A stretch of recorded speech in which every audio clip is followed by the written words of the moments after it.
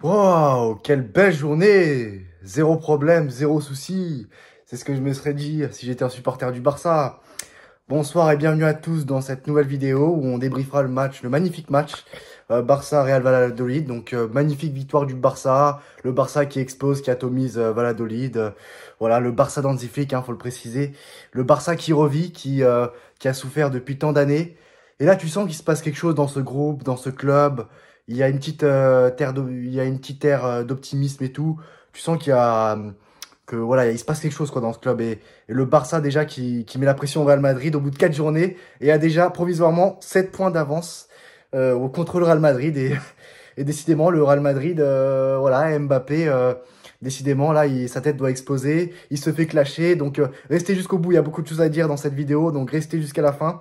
Mbappé qui se fait clasher, t'as Haaland qui n'arrête pas de marquer. Dans sa tête, le mec il va péter un câble. Là, il en peut plus. Là, ça va partir en guerre avec le. Là, c'est bon. Là, c'est prévisible. C'était un scénario tellement prévisible et téléphoné. Ah là là là là. Enfin bref, voilà. Donc parlons de ce match.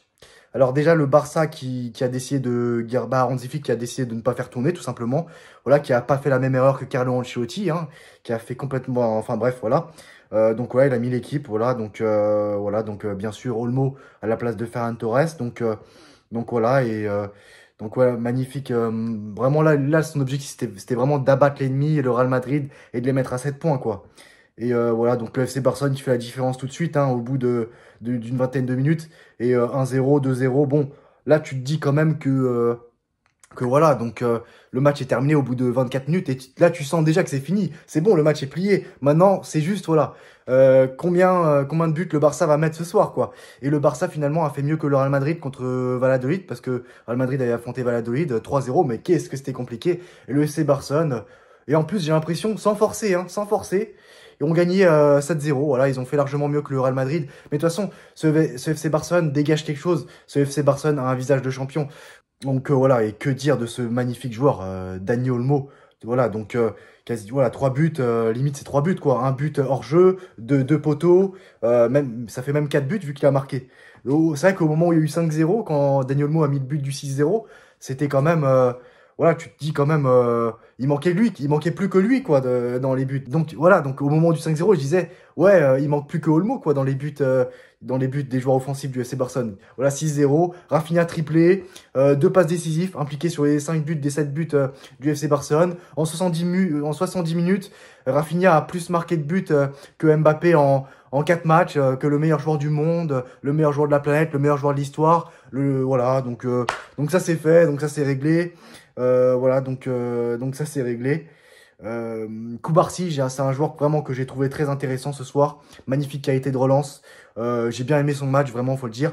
Alors, l'homme du match, c'est clairement, voilà, c'est Rafinha. Même si pour moi, c'est plus une prestation collective. L'homme du match, pour moi, ça reste le collectif. Parce que chaque joueur offensif a été intéressant. Le milieu de terrain, Pedri, tout ça. Tout le monde. Koundé, voilà, buteur aussi, lui aussi. Tout le monde. Baldé, que j'ai trouvé un peu plus intéressant dans ce match. Non, vraiment, c'était vraiment... Vraiment, ce match a été vraiment maîtrisé de bout en bout par le FC Barcelone. Voilà, 12 sur 12. Premier clean sheet de la saison. Voilà, en Liga pour le FC Barcelone. Lamine Yamal, alors lui, sans forcer, c'est déjà meilleur il a déjà fait un meilleur match. Il est déjà meilleur que l'autre Noisette, quoi. Et aussi, voilà, même très bon retour défensif avec un magnifique tacle. Et même, il va chercher les corners et tout. C'est un joueur très combatif et voilà, c'est un plaisir de le voir jouer chaque week-end, quoi. Vraiment, allumer sa télévision pour voir Lamine Yamal jouer, vraiment sans hésiter, quoi. Et non, mais si ça continue comme ça, s'il continue comme ça, il va terminer la saison avec 40 passes décisives, si ça continue comme ça. Mais voilà, après, voilà, que dire du FC Barcelone? Beau jeu, voilà, pressing efficace et tout. Même, tu vois que les 4 de devant, là, les 4 joueurs offensifs, ils prennent du plaisir à jouer ensemble. Que, voilà, que chacun joue pour l'autre, quoi. Et c'est pas genre chacun pense qu'à sa gueule, c'est pas genre chacun joue pour sa pomme, non, vraiment. Et voilà, Olmo, c'est vraiment un joueur, vraiment très belle intelligence de jeu, un QI footballistique incroyable, très élevé. Il dribble parce qu'il a dribblé pour dribbler. Mais lui, c'est dribbler pour que ça donne quelque chose, pour débloquer des situations, voilà, pour débloquer des choses. Vraiment un joueur très intelligent, vraiment magnifique. Bonne prestation collective, vraiment, où le danger vraiment peut venir de n'importe où. Voilà, Donc, mais c'est vrai que quand même, faut que le FC Barcelone, je trouve quand même, pour le FC Barcelone, quand même, qu'il faut par contre faire quelque chose pour ce côté gauche qui est assez pauvre. D'accord, il y a Rafinha, il y a Pedri qui compense, voilà, qui peut compenser aussi à gauche. Mais c'est vrai que ça suffit pas. Pedri et Rafinha, Baldé, c'est léger. Mais c'est vrai qu'il y a une axe d'amélioration, pardon, sur ce côté gauche. Et voilà, c'est vrai que ça passe souvent côté droit avec un Lamine Yamal, Dani Olmo qui vient souvent côté droit, Dani Olmo qui vient souvent de côté droit, voilà, c'est ça. Donc voilà, donc Dani Olmo, vraiment un joueur très propre, très, voilà, il a une très grande influence sur le jeu Blaugrana. Et voilà, donc après, voilà, grosse pensée à Ferran Torres qui va connaître le banc cette saison, même si il est entré en jeu, il a marqué. Fermin Lopez, alors lui pareil, un joueur vraiment, vraiment, c'est un joueur que je kiffe, voilà, il rentre, la grinta, c'est un peu, il a à peu près le même style que Brahim Diaz, voilà, c'est un joueur percuteur, tout ça, qui apporte vraiment un vent de fraîcheur et tout, vraiment, il fait beaucoup de bien aussi, donc ça peut être aussi ça peut être aussi une solution pour Hansi Flick. Pourquoi pas des fois le mettre titulaire aussi. C'est un joueur tout aussi intéressant. Voilà, donc le FC Barcelone avant la trêve internationale qui est tranquille, voilà, qui va regarder le Real Madrid avec un cocktail, des cocktails dans leurs mains, voilà, les joueurs du FC Barcelone et tout, et pas que les joueurs. Voilà, donc le Real Madrid qui va recevoir le Betis Séville et après, bah, le Real Madrid se déplacera sur la pelouse de la Real Sociedad et le FC Barcelone va se déplacer à Gérone. Donc ça va pas être un déplacement simple. Aussi, le FC Barcelone, ça va être en Ligue des Champions, bah, le FC Barcelone se prépare bien pour la Ligue des Champions aussi. Voilà, monte en puissance petit à petit, car quand même pour le FC Barcelone, ça va être 4 déplacements très compliqués pour eux, au Borussia Dortmund, à Monaco. D'ailleurs, ils vont démarrer leur campagne de Ligue des Champions à Monaco, au Stade Louis II. Donc, ça va pas être des déplacements simples à l'Étoile Rouge de Belgrade. Après, je sais plus, Benfica. Voilà, donc ça va pas être des déplacements simples. Voilà, donc le FC Barcelone se prépare bien. Et sinon, on va parler de vite fait d'Osimhen. Bah, il a été mis de côté bah, par Naples, hein, son équipe.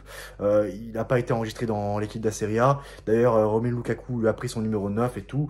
Voilà, donc c'est un joueur, sa cote a complètement baissé. Voilà, maintenant c'est un joueur qui va coûter dans les 35 millions d'euros, 40 millions d'euros. Donc je sais pas ce que va devenir ce joueur-là. Parallèlement à tout ça, bah, Ekitike, lui, s'amuse.